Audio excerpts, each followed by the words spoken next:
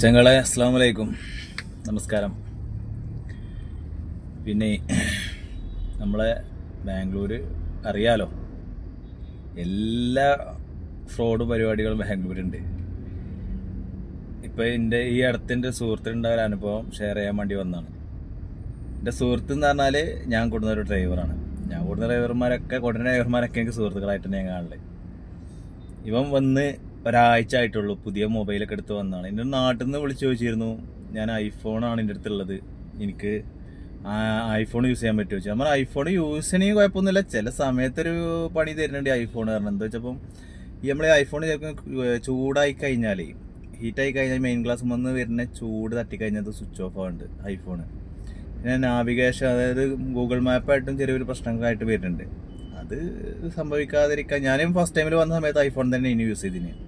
ഈ ഒരു പ്രശ്നം എനിക്ക് വന്നപ്പം, അതായത് ചൂട് മെയിൻ ഗ്ലാസ് നിന്ന് ചൂട് തട്ടുമ്പോഴൊക്കെ അങ്ങനെ സ്വിച്ച് ഓഫ് ആവാണ്, പോകുന്ന ടൈമിലൊക്കെ സ്വിച്ച് ഓഫ് ആവാണ്.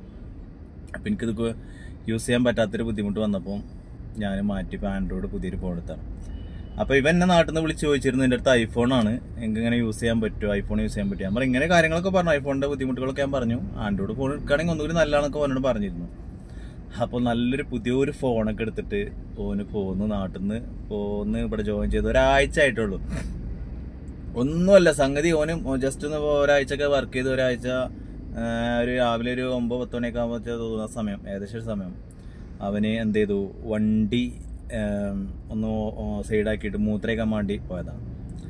ഗ്ലാസ് അപ്പോൾ ഓപ്പണായി കിടക്കാന്നാണ്, സൈഡ് ഗ്ലാസ് ഓപ്പണായി കിടക്കണമെന്ന് പറഞ്ഞു. ജസ്റ്റ് കാരണം മൂത്രയ്ക്കാൻ നടന്നതാ ഈ വണ്ടി, ഇത് നേരപ്പുറത്തുനിന്ന് മൂത്രയ്ക്കാൻ പോയതാണ്. ഫോണ് എൻ്റെ അതേപോലെ സ്റ്റാൻഡുമ്പോൾ വെച്ചിട്ട് പോയതാണ്. മൂത്രയിച്ച് തിരിച്ചു വന്നപ്പോൾ ഫോണ് കാണാനില്ല. അതാണ് കണ്ണ് ചെമ്പിയാൽ അടിച്ചു മാറ്റണം നാട്. അത് എന്താ പറയാ, ജസ്റ്റ് ഒന്ന് മാറി നിന്നിട്ടുള്ളൂ. അതായത് ഈ വണ്ടിന്റെ ഇപ്പുറം സൈഡിലേക്ക് മാറി മൂത്രയിച്ചപ്പോത്തിന് ഫോൺ അടിച്ചു മാറ്റി, അറിഞ്ഞ പോലും ഇല്ല. ഫോൺ വണ്ടി കയറിയപ്പോഴാണ് ഇത് മിസ്സായത് അറിയണത്. എന്താല്ലേ, എനിക്കിതിങ്ങനെ ഉണ്ടായിട്ടില്ല. എനിക്കിങ്ങനെ ഒരു അവസ്ഥ എന്ന് പറഞ്ഞാൽ, ഞാൻ ഇതേപോലെ ഹൊസൂർ റോഡിന് പോയപ്പോൾ ഞാനൊരു ഏകദേശം ഒരു രാത്രി 8 മണി 9 മണിയൊക്കെ ആയിക്കണേ. ആ സമയത്ത് ഞാൻ അതേപോലെ ഒരു ഒഴിഞ്ഞെന്ന് പറയാൻ പറ്റൂല, മെയിൻ റോഡാണ്, ഒന്നാമത്തെ ഒരു വലിയ ട്രാഫിക് ഒന്നും ഇല്ലാത്ത സ്ഥലമാണ്. ഞാൻ ഇതേപോലെ ഒന്നിങ്ങനെ വണ്ടി സൈഡാക്കി നിന്നപ്പോൾ നിൽക്കുകയാണ്, ട്രിപ്പ് അടിയാത്തൊരു സമയമാണ്. അപ്പം ഇങ്ങനെ നിൽക്കുന്ന സമയത്ത് 2 ചക്കന്മാർ ഇവിടെ ഇങ്ങനെ ചുറ്റിപ്പറ്റി കളിക്കുന്നുണ്ട്. ഞാൻ ഗ്ലാസ് താത്തിയിട്ടുമുണ്ട്, AC ഒന്നും ഇട്ടിട്ടില്ല, അങ്ങനെ ഗ്ലാസ് താത്തിയിട്ട് ഇങ്ങനെ ഇരിക്കുകയാണ്. അപ്പോൾ ഇങ്ങനെ ഡൗട്ട്, ഇപ്പോൾ ഇങ്ങനെ ബാക്കിൽ ഈ ഗ്ലാസ് കൂടെ നോക്കുമ്പോഴും ഇങ്ങനെ ഒരാൾ അതിലിങ്ങനെ ചുറ്റി കളിക്കുക. അപ്പോൾ എനിക്ക് ഡൗട്ട്, ഇപ്പല്ലേ നിസ്സാരക്കാരെല്ലാം എനിക്ക് തോന്നി. ഞാൻ അപ്പം തന്നെ എന്താട്ടി ഗ്ലാസ് പൊക്കി വണ്ടി എടുത്തോണ്ട് പോയി. വണ്ടി വല്ലൊന്ന് മൂവ് ചെയ്തപ്പോൾ ഇങ്ങനെ അടുക്കുക വണ്ടിക്ക് നമുക്ക്.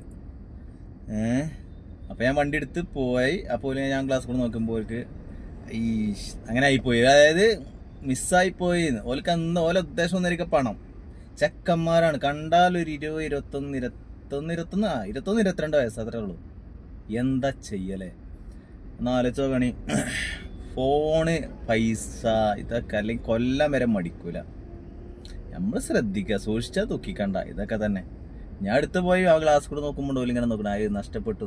ആ ഒരു ഖേദപോലെ നമുക്കിങ്ങനെ കാണാൻ കഴിഞ്ഞു. നല്ല ശ്രദ്ധിക്കാം. ടാക്സി ഡ്രൈവർമാരാണെങ്കിലും ഏത് വണ്ടിക്കാരാണെങ്കിലും ഇവിടുത്തെ അവസ്ഥ എല്ലാവർക്കും അറിയണതാണ്. എന്നാലും എന്താ പറയാ, അതാണ് അവസ്ഥ. സൂക്ഷിച്ചാൽ എന്താ വേണ്ട, ദുഃഖിക്കണ്ട, അത്ര തന്നെ.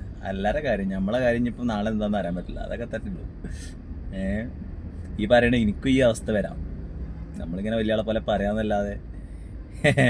അപ്പം അത്രയുള്ള കാര്യങ്ങൾ നമ്മളീ പറഞ്ഞാലും ആർക്കാണ് ഈ അവസ്ഥ വരികയാണ് ഒന്നൊന്നും പറയാൻ പറ്റില്ല, ആർക്കാണ് ഈ അവസ്ഥ വരിക എന്നൊക്കെ.